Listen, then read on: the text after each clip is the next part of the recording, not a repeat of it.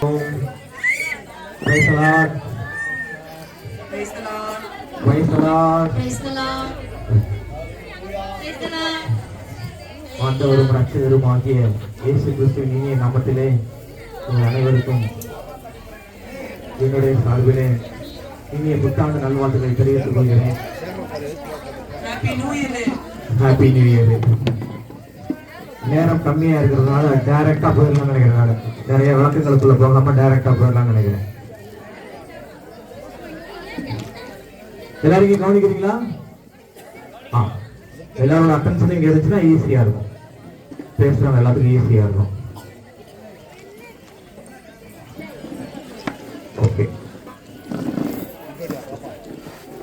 ஒரு சிறிய முயற்சியாக ஆரம்பிச்சு கிரேட் சக்சஸா போய் நிற்கிற பட்டிமன்ற பேச்சாளர்களுக்கு என்னுடைய வாழ்த்துக்களை தெரிவித்துக் கொள்கிறேன். பேச்சாளர்கள் சிலர் மாறி இருக்கிறாங்க, புது பேச்சாளர்கள் வந்துடுறாங்க, பழைய பேச்சாளர்களும் தொடர்றாங்க. நல்லா இருக்கு இந்த சைன். ஆனா சிலருக்கு நல்லா இல்ல பொறுத்து பழைய பேச்சாளர்களை பார்த்து ஒரு பார்த்து சொல்லிக்கிறாங்க. ஓகே, ஆமா, ஓகே. ஒரு சிறிய விவசாய கிராமத்துல விவசாய கூலி வேலை செய்யற ஒரு நபர் இருந்தாரு. அவரு விவசாய வேலை செஞ்சுட்டு தன்னோட குடும்பத்தை பார்த்துட்டு அழகா மெயின்டைன் பண்ணிட்டு இருந்தாரு. ஒரு சில காலகட்டங்கள் வரும்போது ஒரு சில ஆண்டுகளா அந்த ஊர்ல மழை பெய்யல, விவசாய வேலை அவருக்கு கிடைக்கல. விவசாய வேலை கிடைக்கல அப்படின்னு வருமானம் குன்றி போச்சு, குடும்பத்தை நடத்துறதுக்கு கஷ்டப்பட்டாரு. அவர் என்ன நினைச்சாரு, சரி கிராமத்துலலாம் இப்படி இருக்கு, பக்கத்துல இருக்க பட்டணத்துக்கு நம்ம போவோம், அந்த பட்டணத்துல நமக்கு நல்ல வேலை கிடைக்கும், வேலை பார்த்து நம்ம சம்பாதிக்கலாம் அப்படின்னு கிராமத்துல இருந்து பட்டணத்துக்கு போறதுக்கு பிரயாணப்பட்டு போனாரு. போற வழி ஒரு காட்டு வழி, ஒரு காடு கடந்து போக வேண்டியிருக்கு. ரொம்ப சோர்ந்து போய் அவர் கையில இருந்த கொஞ்சம் பொருட்களை மட்டும் வச்சுக்கிட்டு போயிட்டு இருக்கிறாரு. காட்டை கடந்து போகும்போது காட்டுக்குள்ள திடீர்னு யாரோ கத்துற சத்தம் கேட்குது. கத்துற சத்தம் கேட்டது. அந்த கத்துற சத்தம் கேட்க பகுதியை போய் தாக்குறாரு. அங்க ஒரு குழி, அந்த குழிக்குள்ள சில பேர் மாட்டிட்டு கிடக்குறாங்க. ஒரு மனுஷன் கிடக்குறான், ஒரு குரங்கு கிடக்குது, ஒரு புலி கிடக்குது, 3 உள்ள மாட்டி கிடக்குது. காப்பாத்துங்க காப்பாத்துங்க அப்படின்னு. சரி நம்ம காப்பாற்றுவோம் அப்படின்னு சொல்லி 3 பேரையும் வெளியே மேலே தூக்கி விடுறாரு. தாட்ட இருந்த பொருட்களை அவங்கள கொடுத்து சாப்பிட வச்சு அனுப்பிவிட்டு இவர் திரும்ப பிரயாணத்துக்கு போயிடுறாரு. பட்டணத்துக்கு போறாரு. போய் அங்க போய் சுத்தி பாக்குறாரு, வேலை தேடுறாரு. அங்க வேலை அவருக்கு சரியான வேலை அமையல. கொஞ்ச நாள் அவர் கையில இருந்ததெல்லாம் காலியாச்சு. திரும்ப நம்ம கிராமத்துக்கே போயிடுவாங்க, நமக்கு செட் ஆகாது போற வேலை அப்படின்னு சொல்லிட்டு திரும்ப கிராமத்துக்கு நடந்து வர்றாரு. அதே காட்டு வழியா நடந்து வர்றாரு. சோர்ந்து போய் கையில ஒண்ணுமே இல்லாம அப்படியே மயக்கமான சூழ்நிலையில் ஒரு இடத்துல மயங்கி போய் கிடக்குறாரு. திடீர்னு யாரோ அவரை கூப்பிடுறாரு, தொடர சத்தம் தொடர்றது தெரியுது. முடிச்சு பார்த்தா அந்த குரங்கு, ஐயா என்னையா அப்படி பட்டு கிடக்கீங்க, போனேன் பட்டணத்துக்கு போனேன், ஒண்ணுமே வாய்க்கல அப்படின்னு. சரி வாங்க ஏன்டா வாங்க அதில் கூட்டு போய் அந்த குரங்கு தன்னிட்ட இருந்த பழங்களை கொடுக்குது. பழங்களை சாப்பிட்டுட்டு கொஞ்சம் பழங்களை எடுத்துக்கிட்டு அப்படி கிளம்புறாரு. யோசிக்கிறாரு, நம்ம உதவி செஞ்சோம், திரும்ப அந்த குரங்கு நமக்கு உதவி செய்யுது, அப்ப அந்த புலி நம்மளுக்கு உதவி செய்ய வாய்ப்பு இருக்கு அப்படின்னு ஒரு நம்பிக்கை மனசுக்குள்ள வருது அவருக்கு. அந்த நம்பிக்கையோட போய் கொஞ்சம் தூரம் அவர் போயிட்டு இருக்கிறாரு. போயிட்டு இருக்கும்போது புளிய வர வழி மறிக்கிறது. வழி மறிச்சு வாங்க வாங்க என்னோட கொகைக்கு வாங்க, அவர் கொகை கூட்டிட்டு போகுது. கோயிலுக்குள்ள போனா அங்க பார்த்தா நிறைய நகைகள் நிறைய இருக்கு, பொன் வெள்ளி காசுகள் நகைகள்லாம் இருக்கு. இதெல்லாம் நீங்க அடிச்சுக்கீங்க சொல்லுது. இந்த புளியை நம்புறது நமக்கு ரொம்ப விசேஷமா போச்சே, புலி மேல நம்பிக்கை வச்சோம், நல்லா விசேஷமா போச்சு, புலி நம்மளுக்கு நல்லா உதவி செய்யுதுன்னு சொல்லிட்டு அந்த நகைகள்லாம் எடுத்துட்டு தன்னோட கிராமத்துக்கு போறாரு. முதல்ல என்ன நடக்குமே தெரியாது, குரங்கு அவருக்கு ஹெல்ப் பண்ணுச்சு. அப்புறம் புலியை நம்புறாரு, புலியும் அவருக்கு உதவி செஞ்சிச்சு. அதுக்கு ஒரே ஒருத்தர் இருக்கிறாரு இல்ல, நம்பிக்கை, விசுவாசம். நாமளும் ஆண்டவரை ஏற்றுக்கொண்ட நாள் முதலாக ஆண்டவரை விசுவாசிச்சு அவர் மேல விசுவாசம் கொண்டவர்களாக நம்ம வாழ்க்கை படையத்தை தொடர்ந்து கொண்டு இருக்கிறோம். அந்த விசுவாசத்துல நம்ம எவ்வளவு தூரத்துல இருக்கிறோம், அந்த விசுவாசம் நம்மளுக்குள்ள எவ்வளவு இருக்கு, அந்த விசுவாசம் நம்ம உறுதியா இருக்குமா அப்படின்றத நம்ம சோதித்து பார்க்க வேண்டிய கட்டாயத்துக்குள்ள தினந்தோறும் இருக்கிறோம். அப்படிப்பட்ட ஒரு வளர்ச்சி நமக்கு தேவை.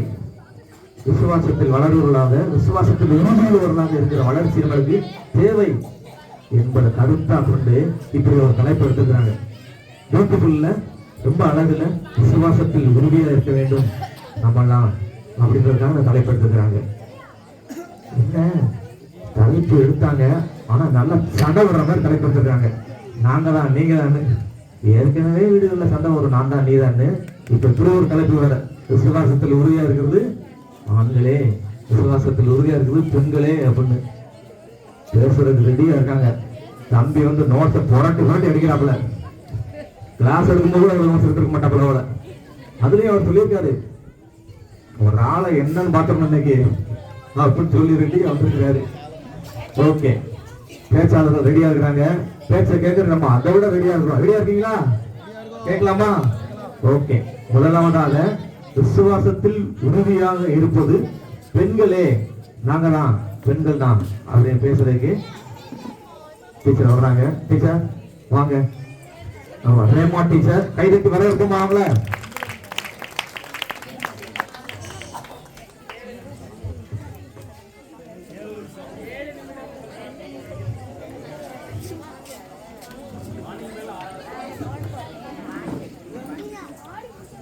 கர்த்தருக்கு ஸ்தோத்திரம்.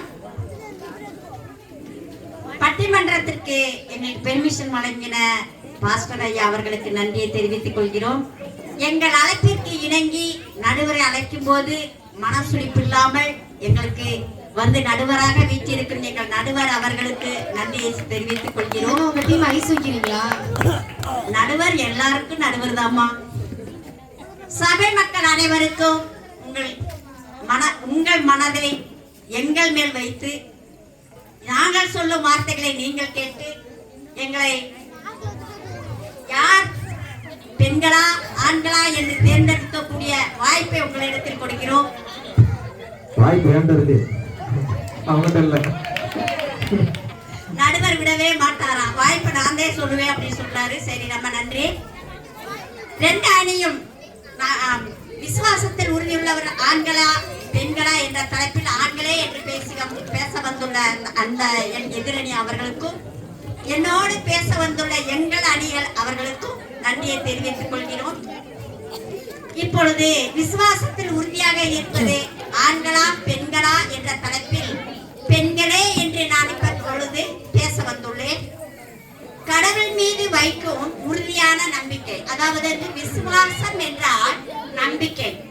நம்பிக்கை தான், அந்த நம்பிக்கை வந்து கடவுள் மேல் வைக்கக்கூடியது. நம்பிக்கையின் அடித்தளம் எதிர்பார்ப்புகளின் உறுதி, காணாதவற்றின் உறுதியான உணர்வாகும். சேவை மற்றும் கீழ்ப்படிதல் மூலம் விசுவாசத்துடன் வாழ்ந்து காட்டுவது அன்பு, சமாதானம், நற்பண்பு மூலம் வெளிப்படுத்துகிறது. விசுவாசமானது நம்பப்படுகிறவர்களின் உறுதியும் காணப்படாதவர்கள் நிச்சயமாய் இருக்கிறது. அதாவது விசுவாசம், நடுவர் அவர்களே, விசுவாசம் என்பது நம்பப்படுகிறவர்களின் உறுதியும் காணப்படாதவர்களின் நிச்சயமாய் இருக்கிறது. அதாவது தான் வம்சத்தானாகிய சோரா ஊரானான ஒரு மனுஷன் இருந்தான். மனைவி பிள்ளை பெறாத மலடியாய் இருந்தால், அப்பொழுது கர்த்தருடைய தூதனானவர் ஸ்திரீக்கு தரிசனமாகி அவளை நோக்கி கற்பந்தரித்து நீ ஒரு குமாரனை பெறுவாய் என்றார். அதாவது கற்பந்தரித்து தேவதூதனானவர் சொன்னவுடனே இது நம்பப்படுகிறவர்களின் உறுதியும் காணப்படாதவர்கள் நிச்சயமா இருக்கு. நடுவர் அவர்களே, ஏரோது ராஜா பேதுருவை சிறைச்சாலையில் அடைபட்ட போது மரியாளின் வீட்டில் ஜெபம் பண்ணி கொண்டிருக்கும் போது பேதுரு வாசல் கதவை தட்டின போது ரோதை என்ன பெண் பேதுரு வந்திருக்கிறார் என்று சொல்லும் போது நீ என்ன பிதற்றுகிறாய் என்று சொல்லி மற்றவர்கள் நம்பவில்லை. ஆனாலும் அந்த பெண் அவர்தான் என்று உறுதியாய் சொல்கிறார். நம்பிக்கை என்பது உறுதிதான் நடுவர் அவர்களே. அதாவது இப்பொழுது புத்தியுள்ள ஸ்திரீ தன் வீட்டை கட்டுகிறாள். புத்தியுள்ள ஸ்திரீ தான் நடுவர் அவர்களே வீட்டை கட்டுகிறார். புத்தியுள்ள ஆண்கள் வீட்டை கட்டுகிறான் என்று சொல்லும்போது குணசாலியான ஸ்திரீ தன் புருஷனுக்கு கிரீடமாய் இருக்கிறார். குணசாலியான ஸ்திரீ கிரீடமாய் இருக்கிறாள் சொன்னா ஆண்களுக்கு கிரீடமாய் இருக்கிறார். ஆனால் பெண்கள் தான் எனது உயர்ந்தவர்கள் என்பதை நான் உங்களிடத்தில் சமர்ப்பிக்கிறேன்.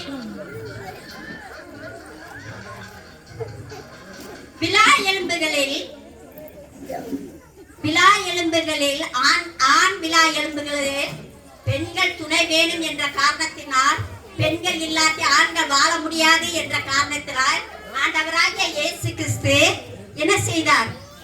பெண்ணாகிய ஏவாளை படைத்தார். ஆணின் எலும்புகளில் இருந்தே படைத்தார். ஆணுக்கு துணை வேணும் என்ற காரணத்தினால் பெண்ணை படைத்தார். பெண் என்பது விசுவாசத்தில் உறுதியானவள் என்று சொல்லுகிற நடுவர் அவர்களே, விசுவாசத்தில் உறுதியான பெண்கள், பெரும்பாலான ஸ்திரீகள் விசுவாசத்தில் மிகவும் உறுதியாகவும் கற்றுதலாகவும் உணர்வுள்ளவர்களாகவும் தெய்வ பக்தியில் மிகவும் ஆர்வம் உள்ளவர்களாகவும் இருக்கிறார்கள். மேலும் பெரும்பாலுள்ள ஸ்திரீ 12 வருஷம் பெரும்பாலுள்ள ஒரு ஸ்திரீ எவ்வளவோ பணங்கள் செலவழித்தோம் அந்த பெரும்பாலுள்ள ஸ்திரீக்கு அவளால் சுகம் கிடைக்கவில்லை. இயேசு கிறிஸ்து வருகிறார் என்று சொன்னவுடன் இயேசு கிறிஸ்துவை நம்ம பார்த்தால் போதும், தொட்டால் போதும், நம்ம சுகம் அடையலாம் என்று சொல்லி அவள் என்ன செய்ய, இயேசு கிறிஸ்துவின் வஸ்திரத்தை தொடும்போது அந்த கர்த்தராகிய ஆண்டவர் என்ன சொல்கிறார்? மகளே, உன் விசுவாசம் உன்னை ரட்சித்தது, உன் விசுவாசம் உன்னை ரட்சித்தது. விசுவாசம் உள்ள ஜெபம் அந்த பிள்ளைக்கு என்னது? ரட்சிப்பை உண்டு பண்ணது. அந்த உடலில் உள்ள நோய் அந்த பெரும்பாலுள்ள ஸ்திதிக்கு சரியாகிவிட்டது. இப்படியாய் விசுவாசம் மிகவும் பயனுள்ளதால் பெண்களுக்கு உறுதியாய் இருக்கிறது. உறுதியான நம்பிக்கை தேவன் மீது உள்ள அன்பிலும் தேவனுடைய வார்த்தையிலும் முழு நம்பிக்கை உடையவர்கள். கல்லறையில் வைக்கப்பட்ட இயேசு கிறிஸ்துவை பார்க்க வேண்டும் என்று நம்பிக்கையோடு மரியா வந்தார். அதுவும் ஒரு பெண் தானே நடுவர் அவர்களே.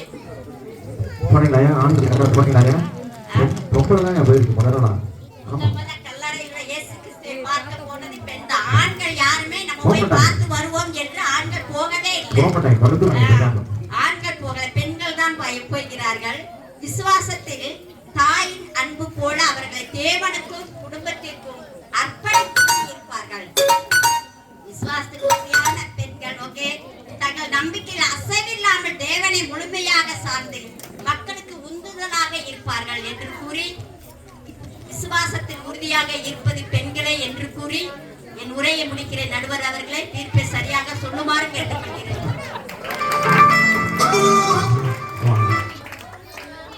பாத்தீங்கன்னா அந்த ரூமுக்குள்ள கால் பண்ணிட்டாங்க. முதல்ல வந்து கதவை திறக்காமலே பார்த்துட்டு பேரூர் தான் வந்திருக்காரு அப்படின்னு ஒரு பொம்பளையால் தான் நம்புது. விசுவாசத்துல உறுதியா இருந்தது பொம்பளையால் தான்.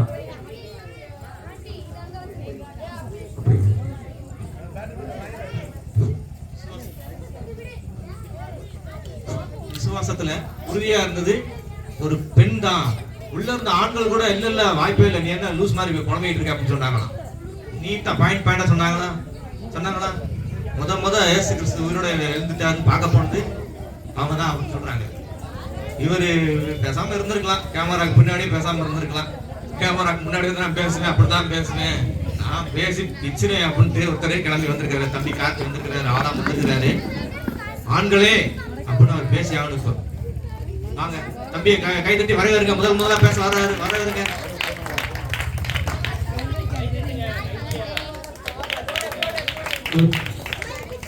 விசுவாசத்தில் நிலைத்திருப்பது ஆண்களே என தீர்ப்பளிக்க காத்திருக்கும் என் மதிப்பிற்குரிய மரியாதைக்குரிய சேர்ந்தாலே எப்படித்தான் ஆகும்? எடுத்தோடனே தீர்ப்பளிக்க காத்திருக்கும் நடுவர் அவர்களே மற்றும் என் பாசத்திற்குரிய எதிரணி சகோதர சகோதரி அவர்களுக்கும், என் இதயத்தில் என்றென்றும் குடியிருக்கும் என் சபை மக்கள் மற்றும் என் போதகர் அனைவருக்கும் என் வணக்கத்தை முதலில் வைத்துக் கொள்கிறேன். கண்டிப்பா அடுத்த சான்ஸ் உண்டு போல. நான் உங்க வீட்டு பிள்ளை ஆதாம். விசுவாசத்தில் நிலைத்திருப்பது ஆண்களா பெண்களா என்ற வாதத்தில் ஆண்களே என்று அருண் அவர் இயேசு கிறிஸ்துவின் ஆணையுடன் நான் இங்கு பேச வந்திருக்கிறேன். விசுவாசனா என்ன? முன்னாடி சொன்னாங்க டீச்சர், அவங்க சொன்னாங்க விசுவாசனா என்ன? விசுவாசம் என்பது நம்பப்படுவர்களின் உறுதியும் காணப்படாதவர்களும் நிச்சயமா இருக்கிறது. விசுவாசம் எப்படிங்க வரும்? விசுவாசம் எப்படி வரும் யாருக்கா தெரியுமா? விசுவாசம் இப்படித்தான் மினி பஸ்ல வரும் போல. விசுவாசம் கேள்வினால வரும். கேள்வி தேவனுடைய வசனத்தினால வரும். இந்த வசனத்தை நான் ஏன் சொல்றேன் அப்படின்னா, விசுவாசத்துக்கு சில நபர்களை வந்து நான் உங்களுக்கு எடுத்துக்காட்ட வந்து விரும்புறேன். விசுவாசத்துக்கு எடுத்துக்காட்ட சில நபருக்கு நான் கொண்டு வந்திருக்கிறேன். யாருன்னு கேட்டீங்கன்னா, யோசேப்பு. சிறையிலிருந்து சிங்காசனம் வரை சென்றவர் யோசேப்பு. எபிரேயர் 11:22 பாத்துக்கிட்டீங்கன்னா, விசுவாசத்தினாலே யோசேப்பு இஸ்ரவேல் புத்திரர்களுக்கு எகிப்து தேசத்தை விட்டு புறப்பட்டவர் என்பதை பெற்றதான தன் அந்திய காலத்தில் பேசி தன் எலும்புகள் முதல் குறித்து எடுத்துக்கொள்ள கட்டளையிட்டார். அதாவது அவரோட விசுவாசம் எப்படிப்பட்ட ஒரு விசுவாசம் பாருங்க. அவர் உயிரோட இருக்கிற மட்டும் விசுவாசிக்கிற ஒரு விசுவாசம் கிடையாது. அவர் மரிச்சதுக்கு அப்புறம் கூட நானும் என்னோட எலும்புகள் எனக்கு தேவன் கொடுத்த தேசத்துக்கு போய் சேரும் அப்படின்ற ஒரு விசுவாசம். இது எவ்வளவு பெரிய விசுவாசம். சரி, அடுத்த ஒரு நபரை வந்து நான் உங்களுக்கு வந்து அறிமுகப்படுத்துறேன். பவுல் சிலுவையை தூக்கி சிங்காசனம் நோக்கி நடந்த ஒரு விசுவாசம். அவர் சொல்றாரு, நான் கிறிஸ்துவை பின்பற்றுவது போல நீங்களும் என்னை பின்பற்றுவதா இருங்கள். அதாவது நல்லா நீங்க பவுல்கிட்ட நீங்க ஒரு பார்க்க வேண்டிய ஒரு விசேஷமான காரியம் என்னன்னு சொல்லி கேட்டீங்கன்னா, இயேசு கூட இருந்த 12 சீசர்கள் வந்து இருந்தாங்க. அவர்களை எல்லாத்தையும் கூட காட்டினோம். இவர் பவுல் வந்து இயேசு வந்து பார்க்கவே இல்லை. சரிங்களா? அப்படி பார்க்காம காணாமல் விசுவாசத்தை பெரிய விசுவாசம். கூட இருந்த 12 சீசர்களை விட பவுல் வந்து பெரிய விசுவாசி. சோ அது வந்து ஒரு சிலுவை தூக்கி சிங்காசனம் நோக்கி நடந்த ஒரு விசுவாசம். எந்த இடத்துலயும் வந்துட்டு அவர் வந்துட்டு இறங்கி விட்டு கொடுக்க போகவே இல்லை. கடைசி வரைக்கும் அவர் சிலுவை தூக்கி சொல்ல போனா இயேசு கிறிஸ்துவோட அதிகமா அவர் கஷ்டப்பட்டு இருக்கிறார். அடுத்து அதுக்கு அடுத்ததாக தானியேல் மரணத்தின் மீது மரணத்தை மீறிய ஒரு விசுவாசம். அதுல ஒரு வசனம் எடுத்து காட்டுறேன் உங்களுக்கு. தானியேல் 6:16 வந்துட்டு, அப்பொழுது ராஜா கட்டளையிட்டார், அவர்களை தானியேலை கொண்டு வந்து அவர்களை சிங்காசனத்தின் கெபியிலே போட்டார்கள். ராஜா தானியேலை நோக்கி, நீ இடைவிடாமல் ஆராதிக்கிற உன் தேவனை உன்னை தப்பிப்பார் என்றார். ஆக்சுவலா ராஜா தான் வந்து அவர் வந்து அந்த சிறையிலே போட சொல்லி இருக்கிறார். அவரோட விசுவாசம் எப்படின்னு பாருங்க.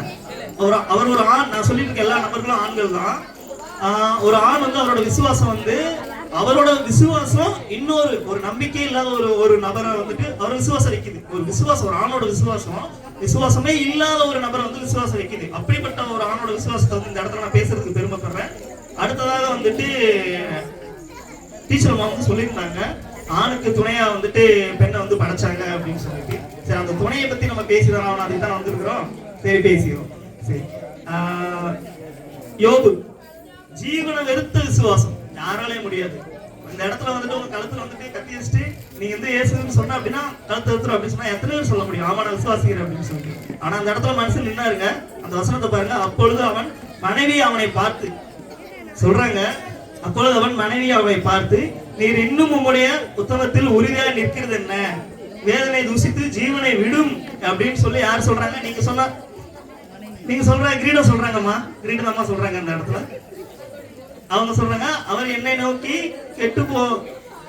அவர் என்னை கொன்று போட்டாலும் அவர் மேல் நம்பிக்கையா இருப்பேன், ஆனாலும் என் வழிகளே அவருக்கு முன்பாக ரூபராகம் பண்ணுவேன் அப்படின்னு சொல்லி இருக்கிறாங்கம்மா.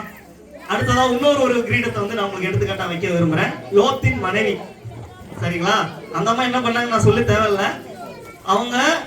அவன் மனைவியை பின்னிட்டு திரும்பி பார்த்து உப்பு தூண் ஆயிட்டாங்க. அவங்களோட விசுவாசம் எப்படிப்பட்ட அந்த பெண்ணோட விசுவாசம் சொல்லி பாருங்க.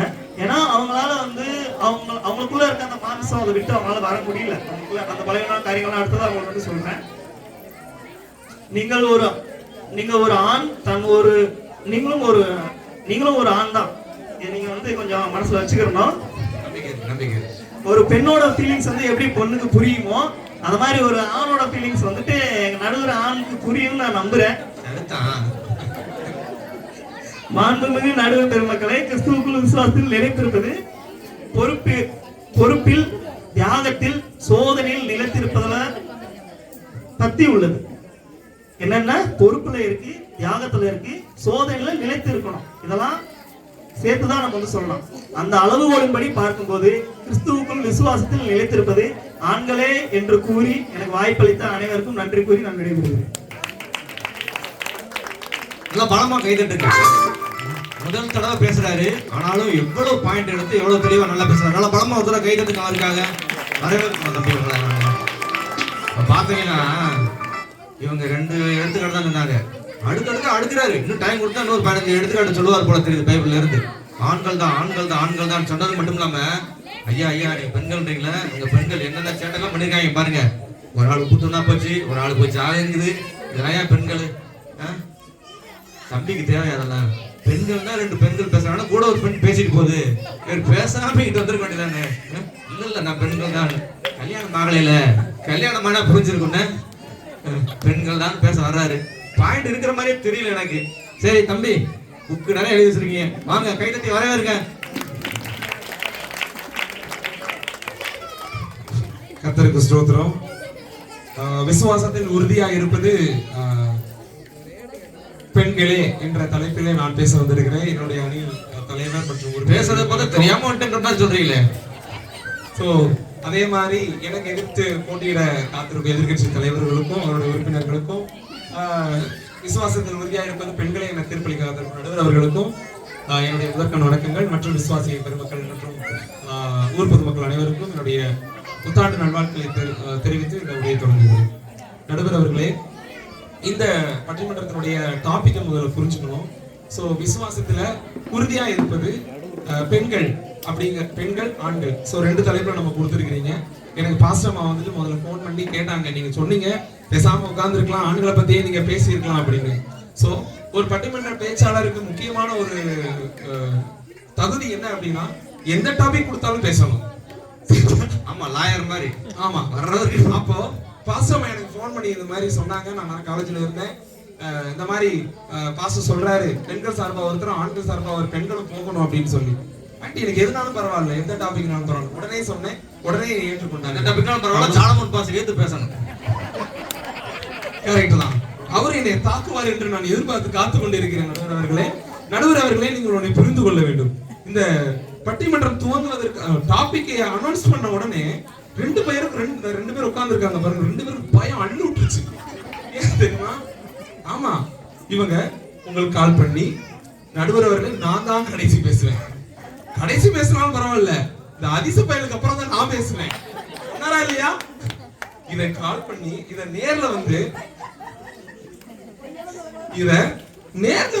சொல்றாரு நடுவர் அவர்களே. நானு அதுக்கு ஏதோ ஒரு வார்த்தை சொன்னார். என்ன வார்த்தை? நான் நடுவர் அவர்கள் கால் பண்ணி நான் சாடிட்டேன் வரேன். அவர் எனக்கு இல்ல கால் வந்தா கூட நான் கேட்க மாட்டேன், கால் பண்றது என்ன இது மட்டுமா? அந்த உட்கார்ந்து இருக்காங்களே பக்கத்துல வரமா, இந்த அம்மாவும் ஆண்டிக்கு கால் பண்ணி, ஆண்டி நான் தான், சரி கால் பண்ணது யாரோ, நான் தான் கடைசியில பேசுறேன்னு சொன்னது உண்மையா இல்லையா? ஏன்னா எல்லாருடைய பாயிண்டையும் வாங்கிட்டு இவங்க பேசி அது மூலமா வின் பண்ணலாம். இவங்களுக்கு ஒரு அற்ப ஆசை. சரி, ஓகே. நடுவர் அவர்களே, வேதத்துல இருந்து நம்ம முதல்ல ஆரம்பிக்கிறேன், அப்புறம் நம்ம சபைக்குள்ள இப்படி வரலாம். சோ வேதத்துல நிறைய பெண்களை குறித்து நம்ம விசுவாசத்துல இருக்கிறத நம்ம பார்க்கிறோம். தெபோராள், எஸ்தர், அப்புறம் ரூத், சாராள். சோ இந்த மாதிரியான நிறைய பெண்களை குறித்து நம்ம பார்க்கிறோம். சோ தெபோராளை எடுத்துக்கிட்டீங்கன்னா ஒரு தலைமை நீதிபதி, நியாயாதிபதி, அப்புறம் அவங்க தீர்க்கதரிசியாவும் இருந்தாங்க. அது மட்டும் இல்ல எஸ்தர் அவங்க விசுவாசம் உள்ள மருமகளாகவும் இருந்தாங்க. அதுக்கப்புறம் சாராள் வாக்குத்தத்தத்தை விசுவாசித்து இஸ்ரவேல் தேசத்துக்கு தாயானவளா இருந்தாங்க. சோ அதுக்கப்புறம் ராகாப், சோ அவங்க வந்துட்டு ஒரு விபச்சார பெண். சோ இஸ்ரவேலுடைய ஒற்றர்களை மறைத்து அவங்க தேவனின் ரட்சிப்பை ஒரு பகுதியா கூட மாறினாங்க அப்படின்னு சொல்லி நம்ம வேதத்துல பார்க்கிறோம். அப்புறம் எஸ்தர் ராஜாத்தி அவங்க யூதர்களுடைய அழிவில் இருந்து காப்பாற்ற தன்னுடைய ராணி பதவியை பயன்படுத்தி அவங்க தைரியமா செயல்பட்டாங்க. சோ இந்த இத்தனை பெண்களும் வந்துட்டு ஒரு பெண்ணா இருந்து அவங்களால நார்மலா இருந்திருக்க முடியுமா? தேவனை, அதாவது ஒரு இஸ்ரேல் ஜனக்கவே எதிர்க்க முடியாத அளவுக்கு அவங்களுக்கு திராணி இருந்திருக்குமான்னு கேட்டா கண்டிப்பா கிடையாது. அது எல்லாமே வந்துட்டு தேவனை விசுவாசிச்சாங்க. அதன் மூலமா தான் அவங்க செயல்பட்டு ஒரு தேசத்தையே கூட காப்பாத்தினாங்க அப்படின்னு நம்ம பார்க்க முடியும். என்னுடைய அணி உறுப்பினர் டீச்சர் ரேமா டீச்சர் அவங்க தெளிவா சொன்னாங்க, இயேசுவை பாக்குறதுக்கு கல்லறையில பார்க்க வர்றதுக்கு மரியாளும் மகதலா மரியாள் மற்ற மரியாள்கள் தான் வந்தாங்க, ஒரு ஆண்கள் கூட வரல அப்படின்னு. இயேசுடைய சீசர்கள் இருந்த 12 பேரும் ஆண்கள் தான், அந்த 12 பேர் கூட வரல. பாவம், இவங்க தான் வந்து பார்த்துட்டு போனாங்க. அப்போ அவங்களோட விசுவாசத்துல நீங்க பார்க்கணும். அவங்க எல்லாம் விசுவாசத்திற்கு தேவன் பெண்களை முதல் முறையாக பயன்படுத்திய இடமும் அதுதான் அப்படிங்கிறத நீங்க புரிஞ்சுக்கணும். அதுக்கப்புறம் சூசன்னாவை பத்தி பார்க்கிறோம். இயேசுனுடைய ஊழியத்திற்கு உதவி செய்து அவரை விசுவாசித்து அவரை பின்பற்றினவராக கூட நம்ம பார்க்கிறோம். அதுக்கடுத்து 12 வருட பெண்கள் பெருமாளுக்கு ஒரு சிறிய குறித்து பேசினாங்க. அதுக்கப்புறம் இன்னொரு முக்கியமான குறிப்பு என்னன்னா, வேதத்துல மொத்தத்துல இருக்கக்கூடிய பெண்களுடைய எண்ணிக்கை பார்த்தோம்னா 150 பேர் மட்டும்தான் பெண்கள் குறிப்பிட்டிருக்காங்க. ஆனா ஆண்களை பாத்தீங்கன்னா 1770 ஆண்கள் இருக்கிறாங்க, பெயர் சொல்லப்பட்ட ஆண்கள். பெயர் சொல்லப்படாம 2000 பேர்கிட்ட இருக்கிறாங்க. பெண்கள் பெயர் சொல்லப்படாம 300 பேர் தான் இருக்கிறாங்க. பெயர் சொல்லப்பட்ட பெண்களோட எண்ணிக்கை 150 பேர் தான். இதே நடுவர் அவர்களே, நம்முடைய சபையில பாருங்க எத்தனை பெண்கள் இருக்கிறாங்க.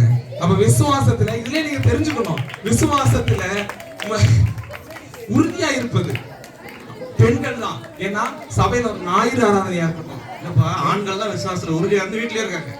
வீட்டுல இருந்துக்கிற வேண்டியதான், அப்படியே இருந்துக்கிற வேண்டியதான். இப்போ அதுவும் நான் பாயிண்ட் எடுத்துட்டு வந்திருக்கேன். சோ ஒரு ஞாயிறு ஆராதனையா இருக்கட்டும், ஒரு பெண்கள் குழுவையா இருக்கட்டும், எந்த ஒரு ஜெப குழுவையா இருக்கட்டும், ஒரு கான்ஃபரன்ஸ் பையா கூட இருக்கட்டும், எல்லாத்துலயுமே பாத்தீங்கன்னா பெண்கள் தான் அதிக மெஜாரிட்டியா இருப்பாங்க. பாவம் எங்க பாஸ்டர் நேத்துல உண்மைக்கு வெறுத்து போயிட்டாரு. சுத்திகரிப்பு உபவாச கூட்டம் நேற்று நடத்தினாரு எங்க பாஸ்டர். ஒரு பெண் ஒரு ஆண்கள் கூட வரல. பாவம் எங்க பெரியப்பா வந்தாரு, அவருடைய விசுவாசம் பாதியே பறிமாயிருச்சு, பாதியே ஓடி விட்டார் அவரு. ஆமா, அப்போ ஆண்களுடைய விசுவாசம் அப்படிப்பட்ட விசுவாசமா தான் இருக்கு நடுவர் அவர்களே, பாதியிலே ஓடி போற விசுவாசம். ஆதி விசுவாசம். ஆமா, என்னத்த விசுவாசிங்க போங்க.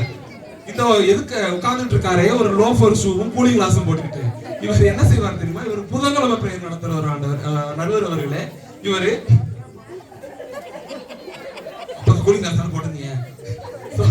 இவர் பாத்துக்கிட்டீங்கன்னா புதன்கிழமை பிரேயர் நடத்துவாரு. அந்த புதன்கிழமை பிரேயர்ல எத்தனை ஆண்கள் கலந்துட்டு பாருங்க அவங்க கிட்ட. சும்மா வாணிபல் தானே, ஒரு ஆண்கள் கூட வர மாட்டாங்க. மிஞ்சி போனா அந்த லிங்க மாமா வருவாரு. எதுக்குன்னு கேட்டா அவங்க ஒய்ஃபை பிக்கப் பண்ணிட்டு போறது, கடைசி 10 நிமிஷம் கவர்மெண்ட் போவாரு.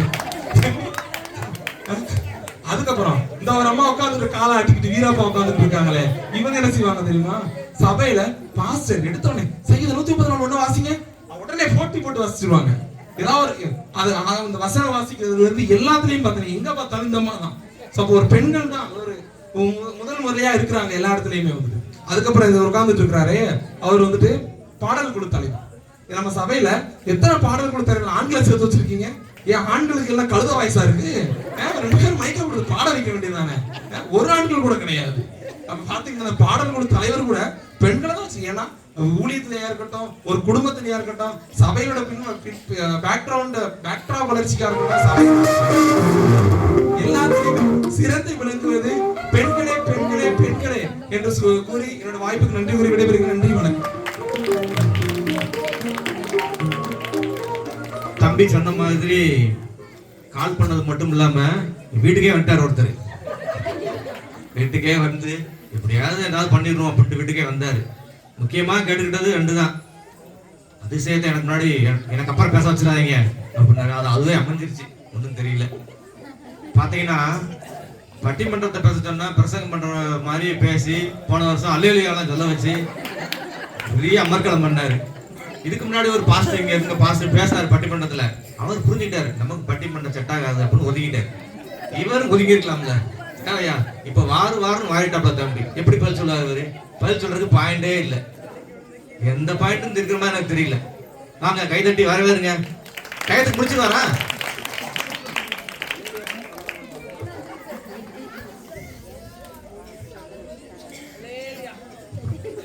இதுல தொண்டை வேற போச்சு. இவர் எந்த உறுதியா இருந்தாரு.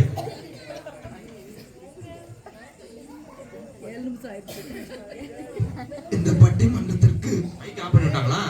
பாருங்க, ஆஃப் பண்ணிட்டே போயிருக்கான் பாருங்க தம்பி.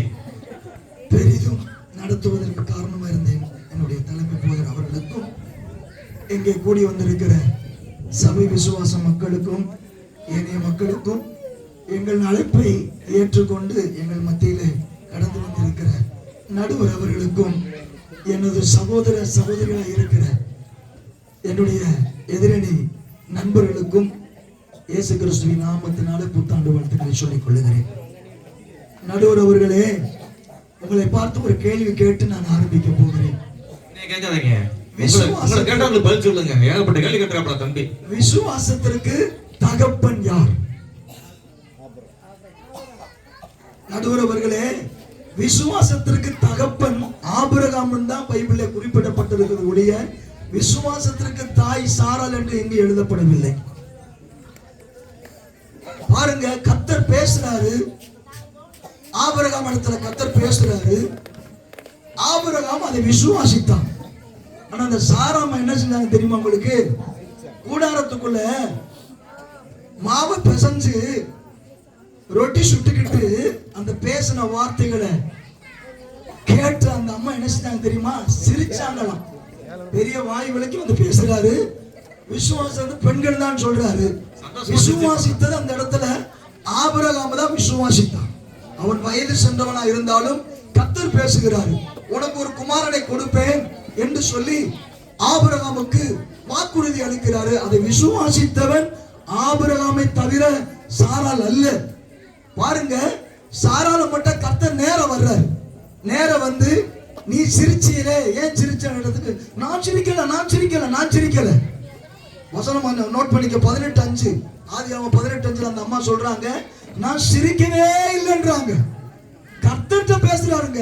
ஒரு மனுஷன்ட்ட கேட்டா கூட ஒரு பொய் சொல்லல, விசுவாசத்தை விட்டு அவிசுவாசத்துல சில வார்த்தைகள் சொல்ல. கடவுள்கிட்ட ஒரு பெண்ணு விசுவாசத்துல இல்லாம அவிசுவாசத்துல நான் சிரிக்கவே இல்லைன்றாங்க.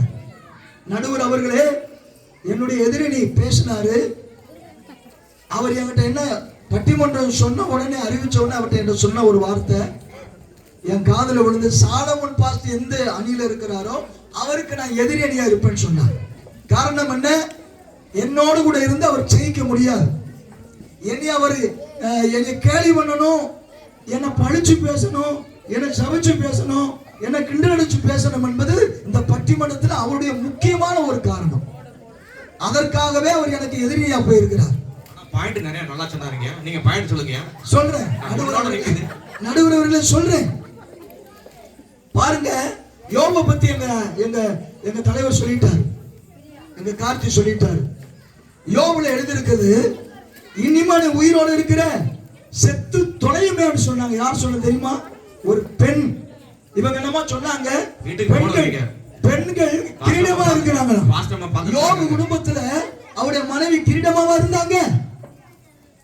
யோபு சொல்றாரு, நன்மையை பெற்ற நாம் தீமையை பெற வேண்டாம் சொல்லி விசுவாசத்துல சொன்னாரு. ஆனா யோபு மனைவி சொல்றாங்க, செத்து தொலைய ஜீவனை விடுமியா, இன்னும் உத்தமத்துல இருக்குன்னு சொல்லி அவிசுவாசத்துல பேசினாங்க. இதுல விசுவாசித்தவரா யோபுதான் நடுவர் அவர்களே. நான் என்ன ஆணித்தரமா சொல்ல முடியும்? தேவ தூதர்கள் வந்து மரியாதை பார்த்து பேசுறாங்க, உன்னிடத்துல உற்பத்தி ஆக போறது ஒரு பரிசுத்த குழந்தை, நீ அதை பெற்றெடுக்க வேண்டும் என்று சொல்லி கர்த்தர் பேசுகிற பொழுது, தேவ தூதன் பேசுகிற பொழுது அவள் இந்த வாழ்த்துதல் எப்படிப்பட்டதோ என்று சொல்லி அவிசுவாசித்தான், விசுவாசிக்கல. ஆனா சில சம்பவங்கள் வந்து நடந்த பிறகு யோசேப்புட்ட போய் கர்த்தர் பேசுறாரு. என்ன பேசுறாரு? உன் மனைவி ஒரு குழந்தைய பெறுவா, நீ ஐயப்படாத, அவ கர்ப்பவதி ஆவா, நீ ஐயப்படாத, சந்தேகப்படாத என்று சொன்ன உடனே அந்த தேவதூதன் சொன்ன வார்த்தை அப்படியே அவன் விசுவாசித்தான். நடுவர் அவர்கள், உங்களுக்கு தெரியும் நினைக்கிற அந்த சம்பவம். அந்த கணவன் மனைவிக்குள்ள மனைவி அவிசுவாசப்படுகிறார். கர்த்தர் பேசினா விசுவாசிக்க வேண்டியதானே. அவங்க சொல்றாங்க குணசாலியான ஸ்திரியா. டீச்சர் சொல்றாங்க பெண்களை குறிச்சு, குணசாலியான ஸ்திரி, அவங்க குணத்தை பாருங்க, இந்த வாழ்த்துதல் எப்படிப்பட்டதோ நான் புருஷனை அறியானே. அவங்களை விசுவாசித்தாங்களா? விசுவாசிக்கல, அவிசுவாசத்துல பேசுறாங்க. ஆனா அங்க ஒரு ஆண்மகன் யோசேப்பு கர்த்தர் சொன்ன வார்த்தையை அப்படியே விசுவாசித்து அந்த குழந்தை பெற்றெடுக்கிற வரைக்கும் கர்த்தர் சொன்ன ஆலோசனை அவள் விசுவாசித்தான். நடுவர் அவர்களே, உங்களுக்கு புரியும் சொல்லி நினைக்கிறேன். அடுத்த வேதத்துல ஒரு சம்பவம் இருக்கிறது. பெண்களா அற்புதம் செஞ்சாங்க, பெண்கள் மூலமா அற்புதம் நடந்துச்சு விசுவாசத்துல. காணா ஒரு கல்யாண வீட்டுல வந்து அம்மா சொல்றாங்க, அவங்க ஒரு அற்புதம் செஞ்சிருக்கலாம்ல விசுவாசித்திருந்தா. அவங்க காணா ஒரு கல்யாண வீட்டுல அந்த அம்மா சொல்றாங்க, இயேசுநாதரை பார்த்து, ஒரு ஆண்மகனை பார்த்து, ஒரு கடவுளை பார்த்து, ஒரு பிள்ளைய பார்த்து சொல்றாங்க, அவர் உங்களுக்கு என்ன சொல்லுகிறாரோ அதன்படி செய்யுங்கள். இது எங்க நடுவர் அவர்களே பெண்களிடத்தில் விசுவாசம் இருக்கு? சொல்லுங்க பார்க்கலாம். அவங்க விசுவாசமா சொல்லிருக்காங்க. இல்ல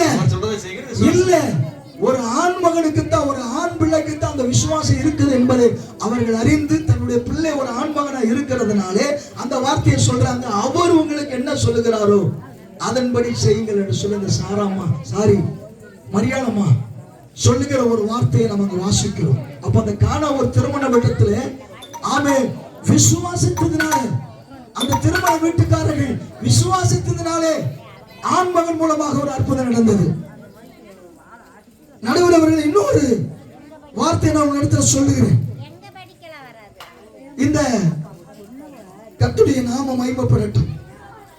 அந்தபடி புருஷர்களே, 1 பேதுரு 3 ஐயா நான் வாட்சி முடிச்சிடுறேன். அந்தபடி புருஷர்களே, மனைவியானவள் பலவீனம் உள்ள பாண்டமாய் இருக்கிறபடியால் என்று எழுதப்பட்டிருக்கிறது.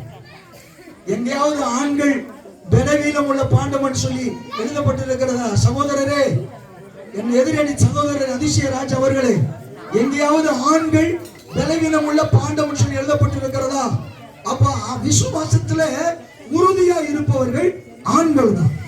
படைப்பை பத்தி அவங்க பேசினாங்க, படைப்பை பத்தி டீச்சர் அவங்க பேசினாங்க.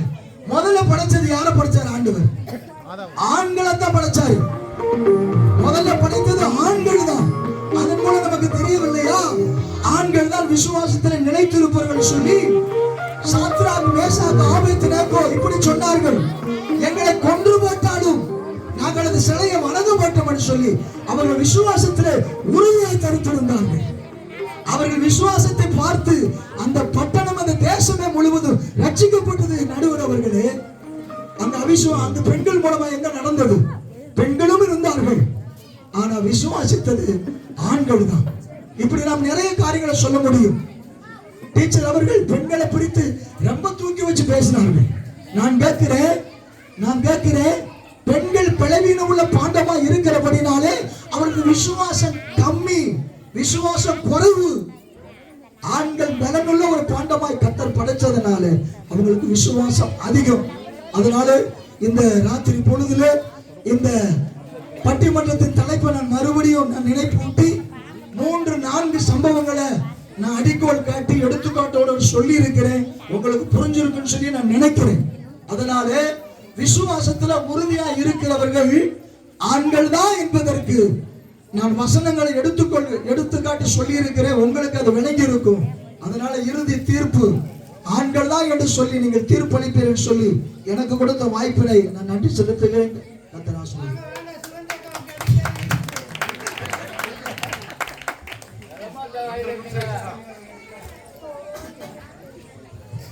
ஆண்கள் தான் அப்படின்னு ஸ்ட்ராங்கா தொண்டை கட்டிருந்தாலும் பரவாயில்லன்னு பேசிட்டு போயிட்டாரு. அதுல என்ன வேற மிரட்டிட்டு போயிருக்காரு.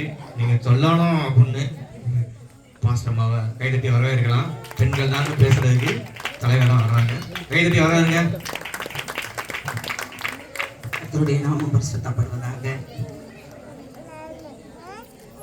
சபையை கடக்கிறவர்கள் இங்கேயும் வந்து விட்டார்களா என்று கலங்கி நின்று நான் எந்த பதிலை, ஆண்களா பெண்களா என்று எந்த முடிவுக்கு வருவேன் என்று பயந்து போய் உட்கார்ந்து, நாங்கெல்லாம் எந்த சேர்ல உட்காந்துருக்கோம் பாருங்க. அவர் எப்படிப்பட்ட சேர்ல உட்காந்துருக்காங்க, பயந்து போய் ஸ்ட்ராங்கான சேர்ல உட்கார்ந்துருக்கிறார்.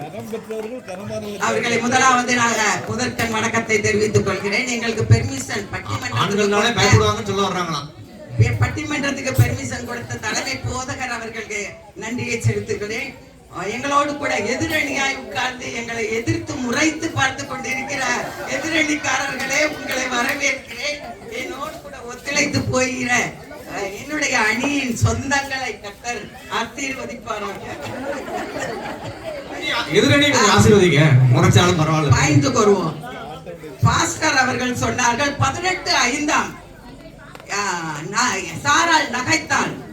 இவர் 18வது அதிகாரத்தை வாசித்தவர் 17வது அதிகாரத்தை வாசிக்க மறந்துவிட்டார் போல தெரிகிறது. ஆபிரகாம் விழுந்து நகைத்தான். அங்க போய் பாருங்க 17:17 கர்த்தர் ஆபிரகாமுக்கு சொல்லும் போது ஆபிரகாம் விழுந்து நகைத்தான். மனதுக்குள்ளேயே விழுந்து நகைத்தான். விழுந்து நகைக்கிறவர்கள் நீங்கள். அதற்கு அடுத்தாக போகும்போது சாராள் அவளுடைய வயதை எண்ணி அவள் என்ன செய்தாள்? நகைத்தாள் என்று சொல்லும் போது அவள் நகைக்கவில்லை. அப்படி என்றால் நாணினாள் என்று அர்த்தம். அவர் நகைக்கவில்லை, நாணினாள்.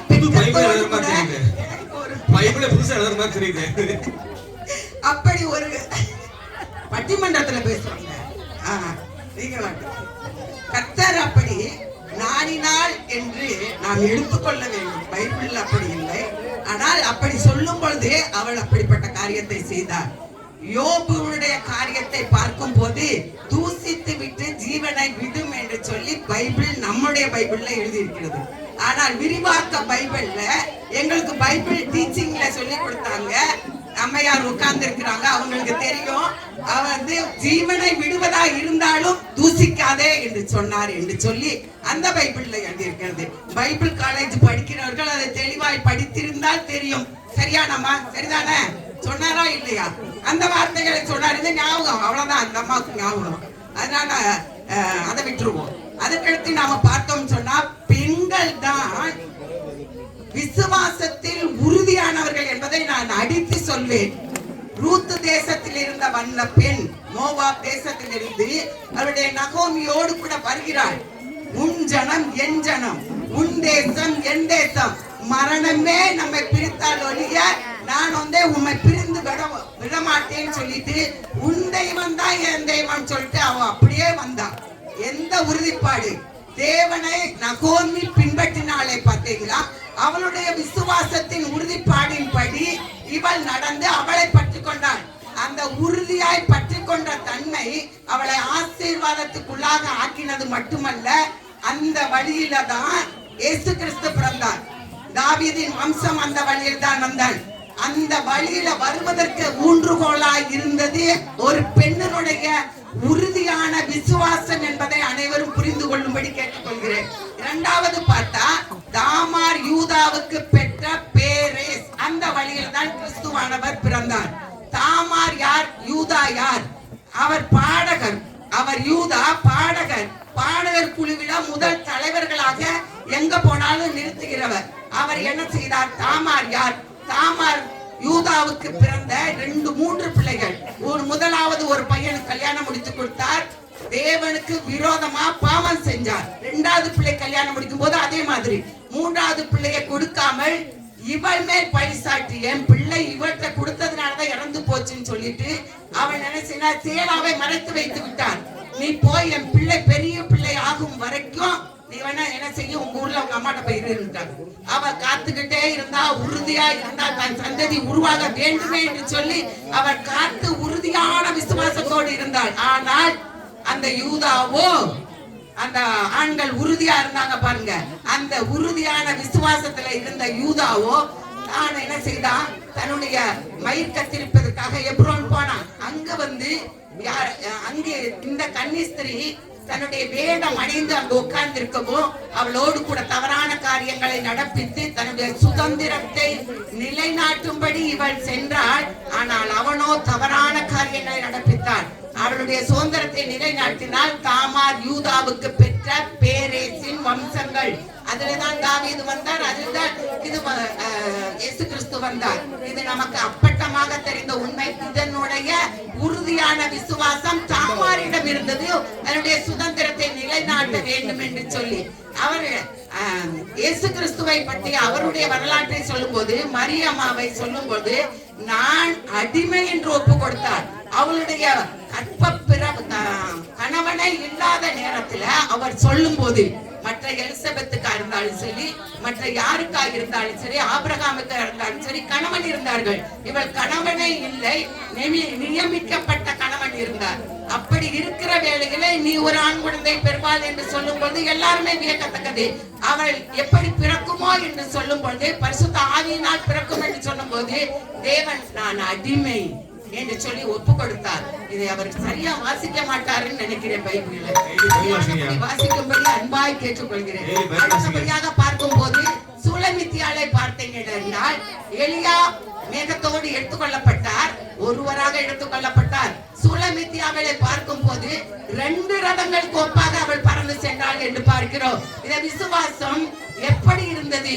அவளுடைய விசுவாசம் அவளுடைய நேசரை உறுதியாய் பற்றி கொண்டிருந்தது. அதனால் அவள் நேசத்தின் மேலே மேகத்தின் மேலே எடுத்துக்கொள்ளப்படுவதற்கு நல்ல உறுதுணையாய் இருந்தது என்று நாம் பார்க்கிறோம். ஒவ்வொரு காரியத்தையும் நாம் பார்க்கும் போது, ஒவ்வொரு செயலிய ராகாப் என்பவள் வேசி. அந்த வேசியானவள் எரிகோவின் மதிலிலே புறக்கணிக்கப்பட்டவளாய் இருந்தார். அப்படி இருக்கும் போது இஸ்ரவேல் தேசத்திலிருந்து வேவு பார்க்க வருகிறவர்களுக்கு அவள் தஞ்சம் கொடுத்தால், அவளுடைய உறுதியான பற்று வானத்திற்கும் பூமிக்கும் உண்மையான கடவுள் தேவன் ஒருவரே உங்களுடைய தேவன் என்று அவள் அறிக்கையிட்டாள். அந்த உறுதியான விசுவாசத்தின் நிமித்தமாக கர்த்தர் ஒரு பெரிய காரியத்தை செய்தார். அவளை அப்படியே பிரித்தெடுத்து இஸ்ரவேல் தேசத்தின் பாளைய அன்பான நடுவர் அவர்களே, இவ்வளவு பெரிய காரியங்களை கதைகளில் சொல்லி இருக்கிறோம். இதையெல்லாம் கேட்டுக்கொண்டு இருக்கிறவர்கள் ஆண்கள் தான் என்று தீர்ப்பு கொடுக்க உங்களால் எப்படி முடியும் என்று சொல்லி என்னை சுத்திருக்கிறேன். இது எப்படி நீங்க சொல்லி பாத்துருவான் அப்படின்ற மாதிரி இருக்குது. பாத்தீங்கன்னா விசுவாசம்ன்றது காணப்படாத நிச்சயம். தனக்கு என்ன நடக்கும்னே தெரியாது அப்படின்ற சூழ்நிலையும் விசுவாசத்தோட கடந்து வந்து இயேசு கிறிஸ்துவோட வம்ச வழியில சேர்ந்து கொண்ட பெண்களை பத்தி அழகா சொன்னாங்க. பெண்கள் தான் உறுதியா இருக்காங்களோ அப்படின்னு நம்ம ஸ்ட்ராங்கா நம்புற அளவுக்கு அவங்க நிறைய எடுத்து வச்சுட்டு போயிருக்காங்க. மொத்தத்தையும் சேர்த்து ஒருத்தங்க பதில் சொல்ல வர்றாங்க. ஏற்கனவே நல்லா சொல்லுவாங்க. இதுல இவரு வேற எடுத்து கொடுத்தாரு கொஞ்சம் பாயிண்ட்கள்லாம். என்னென்னலாம் சொல்ல வர்றாங்கன்னு தெரியல, கொஞ்சம் கவனமா தான் இருக்கணும். வாங்க கைதட்டி வரவேறுங்க சிஸ்டர்.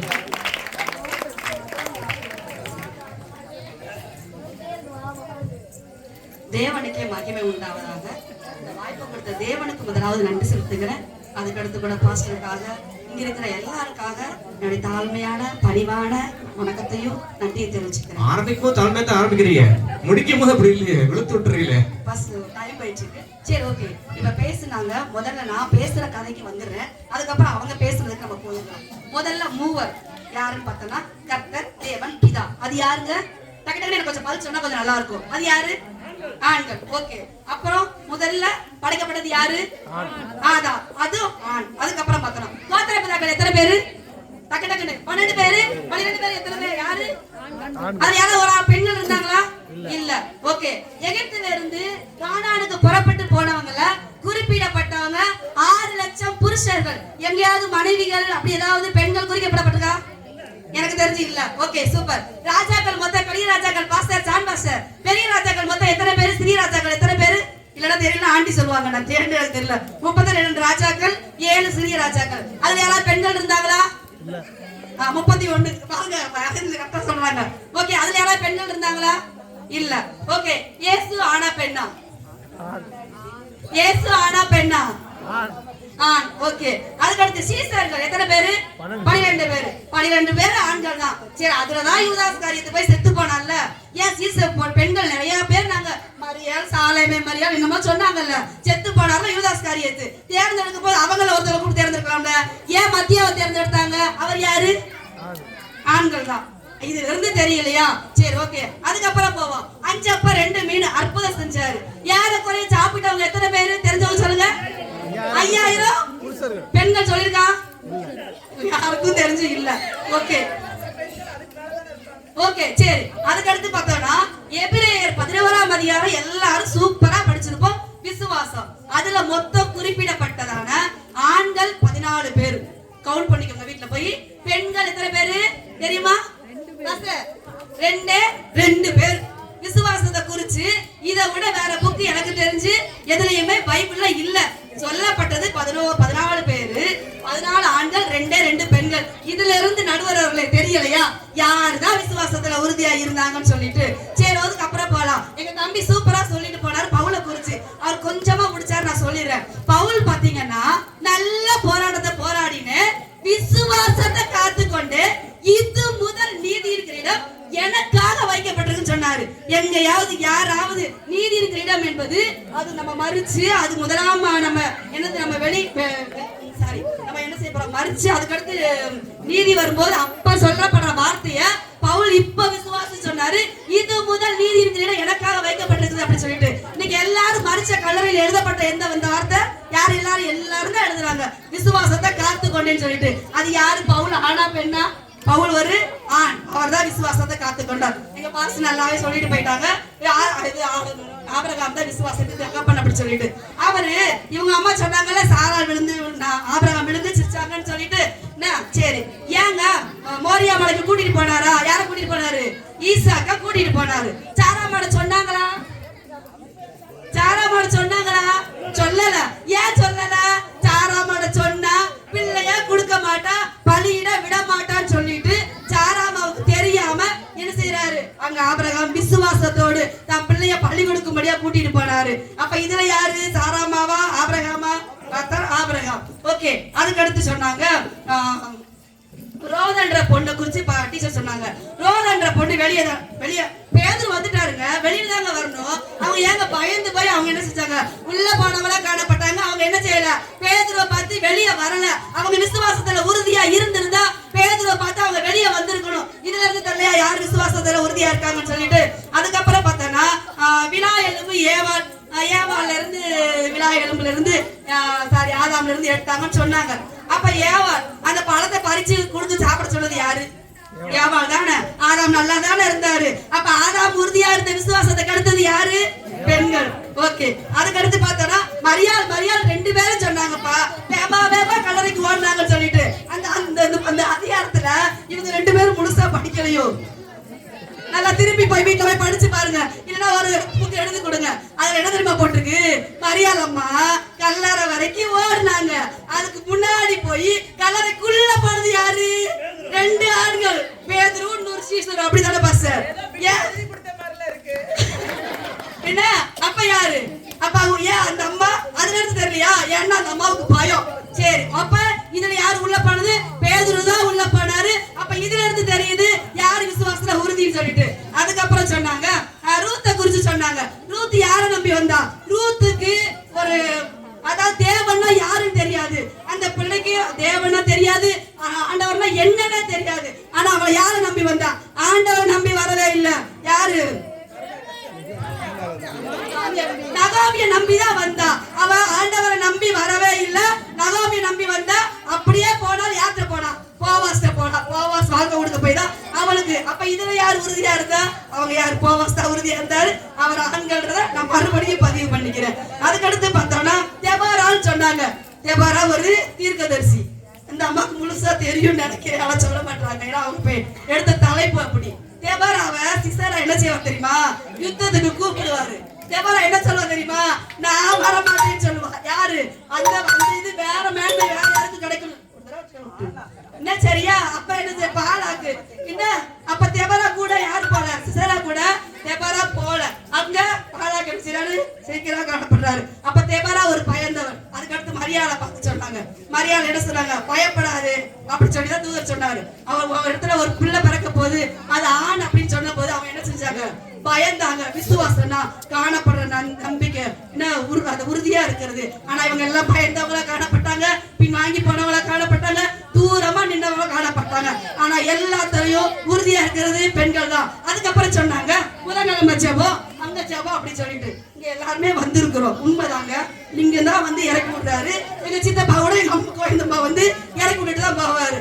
அவங்க ஆண்டவரை நம்பி நீ ஆலயத்துக்கு போய் ஜெபம் பண்ணு, எனக்கு குடும்பத்துக்கு நம்ம குடும்பத்துக்கு ஆசீர்வாதம் கிடைக்கும் நம்பி எந்த ஒரு ஆண்கள் அனுப்பலனா, எந்த ஒரு பெண்களும் இந்த சபைக்கு யாரும் வர முடியாது வர முடியாது வர முடியாது. இதுக்கு பின்னாடி இருக்கிறது யாரு? ஆண்கள் ஆண்கள் ஆண்கள் என்று சொல்லி ஆண்களே விசுவாசத்துல உறுதியா இருப்பவன் சொல்லி தீர்ப்பளிக்கு மாறி சொல்லி என் உரையை முடிக்கிறேன்.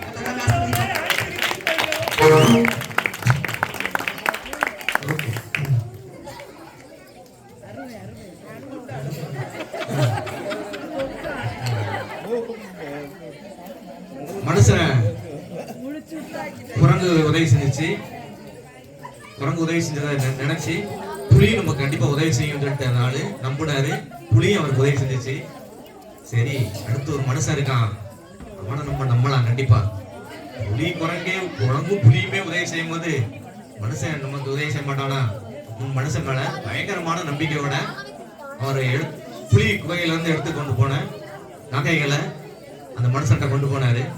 அந்த மனுஷன் ஆல்ரெடி ஒரு நகை வியாபாரி தான். அதனால அவனை பார்த்தோன்னே அவனுக்கு ஆச்சரியமா இருந்துச்சு. இவ்வளவு நகை உனக்கு கிடைச்சிருக்கேன், ரைட், ஓகே ஓகே தம்பி, உனக்கு நிறைய நகை வச்சிருக்க, இதை கொடுக்குற அளவுக்கு பணம் என்கிட்ட இப்போதைக்கு இல்லை, நானு வீட்டுல போய் எடுத்துட்டு வரேன், நீ இங்கே வெயிட் பண்ணி, எங்கேயும் போயிடாத, இங்கே வெயிட் பண்ணு அப்படின்னு சொல்லிட்டு என்ன செஞ்சான், அவன் வெளியில போனான். ரொம்ப சந்தோஷமாயிருச்சு. சே, மனுஷன் ரொம்ப நல்லவன்டான், இவனை நம்பி வந்தது நமக்கு சூப்பர்ரா அப்படின்னு நம்பிக்கையோட உட்காந்துருந்தான். அவன் போனவன் 2 அரண்மனை காவலாளிகளை சேர்த்து கூட்டு வந்தான். இவன் தான் ராணியோட நகையை திருந்தவன், இவனை தூக்கிட்டு போங்க சொல்லி. நம்மளோட மனுஷன் என்ன செஞ்சுட்டான், நம்பிக்கை கிடந்துட்டான். இவனை தூக்கி ஜெயில போட்டாங்க. ஜெயில கிடந்தாங்க, சிறைச்சாலையில போட்டாங்க. சிறைச்சாலையில கிடந்தான். சே, இந்த மனுஷன் மேல எவ்வளவு நம்பிக்கை வச்சோம், போச்சே. கடவுளே, நீயாவது இருக்கியா, நீயாவது எனக்கு நம்பிக்கை தருவியா அப்படின்னு சொல்லிட்டு கடவுளே வேண்டுதான். டக்குன்னு கடவுள் முன்னாடி வந்து நின்னாரு. முன்னாடி வந்து நின்னு சொன்னாரு, பரவாயில்ல, நீ என்னை கூப்பிட்டு என்னை நம்பு. கொஞ்ச நாள்ல ராணிக்கு ஒரு காய்ச்சல் வரும். அந்த காய்ச்சலை நீ வந்து ப்ரேயர் பண்ணாதான் சரியாகும் அப்படின்னு நான் ஃபிக்ஸ் பண்ணிட்டு போயிடுறேன். நீ போய் ப்ரேயர் பண்ணு, சரியாயிரும் அப்படின்னு சொன்னாரு. நாட்கள் கடந்து போயிருச்சு. சிறைச்சாலையிலே கிடந்துட்டு இருக்கும்போது ராணி நல்லா அவங்க வாட்டில் போயிட்டு வந்துட்டே இருக்காங்க. ராணி ரொம்ப நல்லா இருக்காங்க. என்னடா கடவுள் ராணிக்கு காய்ச்சல் வரும்னாரு, காய்ச்சல் வரல, ஒன்றும் இல்லை, அவங்க சாப்பிட்டு ஜாலியா இருக்கிறாங்க அப்படின்னு நினைச்சாங்க. விசுவாசத்தில் உறுதி என்பது நமக்கு சாதகமான சூழ்நிலைகள் இருக்கும்போது அது தெரியாது. நம்ம உறுதியா இருக்கோம் அப்படின்றது நமக்கு சாதகமாகவே எல்லாமே சூழ்நிலை நடக்குது அப்படின்னா நமக்கு அது தெரியாது. விசுவாசத்தில் உறுதி என்பதை நம்ம எப்படி கண்டுபிடிச்சுக்கலாம் அப்படின்னா, நம்ம உறுதியா இருக்கோன்றதை எப்படி கண்டுபிடிச்சுக்கலாம் அப்படின்னா, சில விஷயங்கள் நம்மகிட்ட இல்லாம இருக்கும்போது சில சயின்ஸ் இதெல்லாம்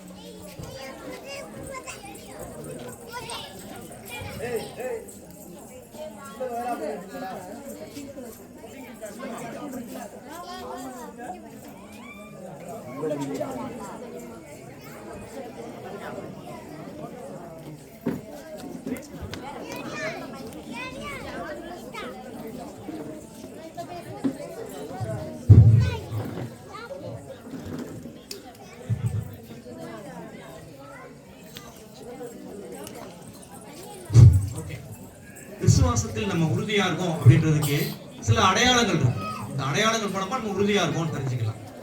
சில விஷயங்கள் நம்மகிட்ட இல்லாம இருந்தா நம்ம உறுதியா இருக்கோம்னு அர்த்தம். சில விஷயங்கள் இருந்தா நம்ம உறுதியா இருக்கோம்னு அர்த்தம்.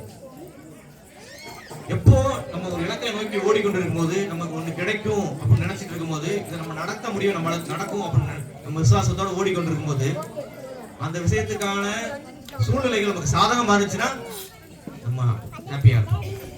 சாதகமா இல்ல, பாதகமா இருக்கு, அதையும் தாண்டி எதிர்ப்பா இருக்கு, நம்ம எது நடக்கும்னு நினைக்கிறோமோ அதுக்கான சூழ்நிலை இல்லாம அதுக்கு எதிர்ப்பா இருக்கு, எல்லாமே வந்து அகைன்ஸ்டா இருக்கு, அதுக்கான சூழ்நிலையே தெரியல. அப்போ நமக்கு சந்தேகம் வரும், அழுக வரும், பயம் வரும், கோபம் வரும். சிச்சுவேஷன் மேல, சூழ்நிலைகள் மேல, பிறர் மேல சந்தேகம் வரும். அவங்க மேல நம்ம கோபப்படுவோம். அவங்களா இருக்குமோ, இவங்களா இருக்குமோ, இதுவா இருக்குமோ, அதுவா இருக்குமோ சொல்லி நமக்கு நிறைய சந்தேகங்கள் வரும். இந்த சைட்லாம் மட்டும் இல்லாம இருந்துச்சுன்னா சந்தேகம், பயம், கோபம், சூழ்நிலையை குற்றம் சொல்றது, பிறரை குற்றம் சொல்றது, சண்டை போடுறது, இதெல்லாம் நம்மகிட்ட இல்லாம இருந்துச்சுன்னா நம்ம விசுவாசத்துல உறுதியா இருக்கும்னு அர்த்தம். இதெல்லாம் நம்மகிட்ட இல்லாம இருந்துச்சுன்னா, இந்த பக்கம் எதெல்லாம் இருந்தா நம்ம உறுதியா இருக்கணும்னு அர்த்தம் அப்படின்னா, நம்ம ஸ்தோத்திரம் சொல்லிட்டே இருந்தோம் அப்படின்னா, என்ன நடந்தாலும் நான் ஸ்தோத்திரம் ஆண்டவரே அப்படின்னு ஸ்தோத்திரம் சொல்லிட்டே இருந்தோம்னா நம்ம உறுதியா இருக்கும்னு அர்த்தம். இன்னொன்னு, என்ன நடந்தாலும் கடவுள் என் கூட இருக்கிறாரு, அவர் என்னைய காப்பாத்துவாரு, அவர் எனக்கு சரியானதை செய்வாரு அப்படின்னு சந்தோஷமா இருந்தா நம்ம உறுதியா இருக்கும்னு அர்த்தம். இதெல்லாம் இல்லாம இருந்தா நம்ம உறுதியா இருக்கும்னு அர்த்தம். இது ரெண்டு இருந்தா நம்ம உறுதியா இருக்கும்னு அர்த்தம். நம்மள நாமே செக் பண்ணி பார்ப்போம், நம்ம உறுதியா இருக்குமா? நமக்கு சாதகமா சூழ்நிலை இல்லாம பாதகமா இருக்கும்போது, எதிர்ப்பா இருக்கும்போது நமக்கு கோபம் வருதா, நமக்கு அழுக வருதா, நமக்கு பயம் வருதா, பிறரை குற்றம் சொல்றோமா, சண்டை போடுறோமா, ஈவன் கடவுளே கூட குற்றம் சொல்றவங்களா இருக்கிறோமா? நம்ம உறுதியா இல்லை. என்ன நடந்தாலும் கடவுளுக்கு ஸ்தோத்திரம் சொல்லிட்டு கடவுள் மேல நம்பிக்கையா சந்தோஷமா இருந்தோம்னா நம்ம உறுதியா இருக்கும்னு அர்த்தம். அநேக எடுத்துக்காட்டுகளை அவங்க சொன்னாங்க. ரெண்டு டீமும் அநேக எடுத்துக்காட்டுகளை சொன்னாங்க, அழகா சொன்னாங்க. ஆண்கள் தான் அழகா சொன்னாங்க, பெண்கள் தான் அழகா சொன்னாங்க. பைபிள்ல இருந்து நிறைய எடுத்துக்காட்டுகளை சொன்னாங்க. ஆண்களும் இருக்கிறாங்க, பெண்களும் இருக்கிறாங்க.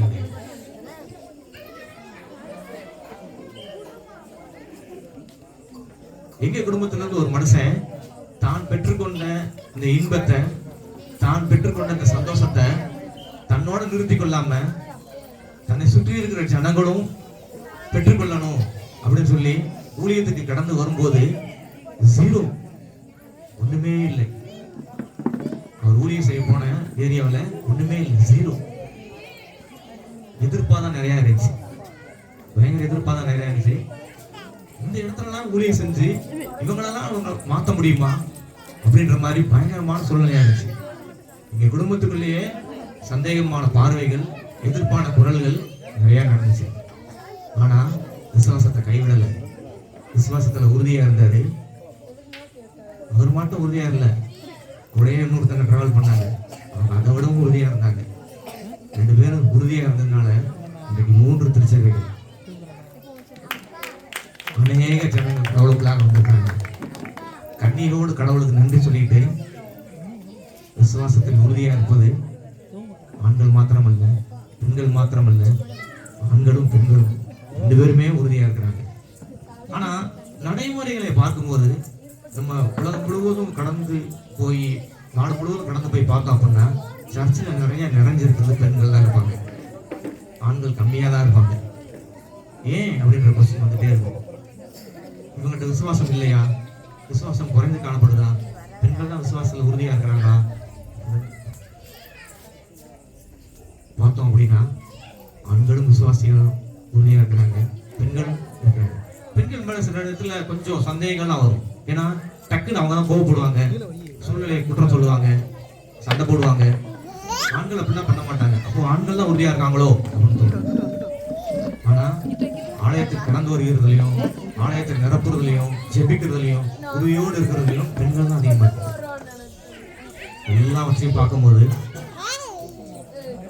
பைபிள்ல இருந்து எடுத்துக்காட்டுகளை தவிர்த்து இன்றைய சூழ்நிலையில, இன்னைக்கு இருக்கிற சூழ்நிலையில போய் பார்த்தோம் அப்படின்னா ஆண்களை விட பெண்கள் கொஞ்சம் விஞ்சி நிற்கிறாங்க, கொஞ்சம் அதிகமா நிற்கிறாங்க. கடவுளை நம்புறதுலையும், கடவுளோட விசுவாசத்துல உறுதியா இருக்கிறதுலையும் ஆண்களை விட பெண்கள் கொஞ்சம் விஞ்சி நிற்கிறார்கள் என்பதே உண்மை. ஆண்கள் வளர வேண்டும், பெண்கள் ஆண்களுக்காகவும் ஜெபிச்சு ஆண்களையும் சேர்த்து இழுத்துட்டு வர்றாங்கன்றதுதான் இன்றைய காலகட்டத்தில் இருக்கிற உண்மை நிலவரம். அதனால விசுவாசத்தில் உறுதியாக ஆண்கள் அதிகமா இருக்கிறாங்க. லைவ் எக்ஸாம்பிள் நாங்க பார்க்கிறோம், எங்க குடும்பத்திலே பார்க்கிறோம், நம்மளும் பார்த்துட்டு இருக்கோம். இந்த 3 திருச்சபைகள் இயங்கி கொண்டிருக்கிறது ஒரு பெண்ணாக.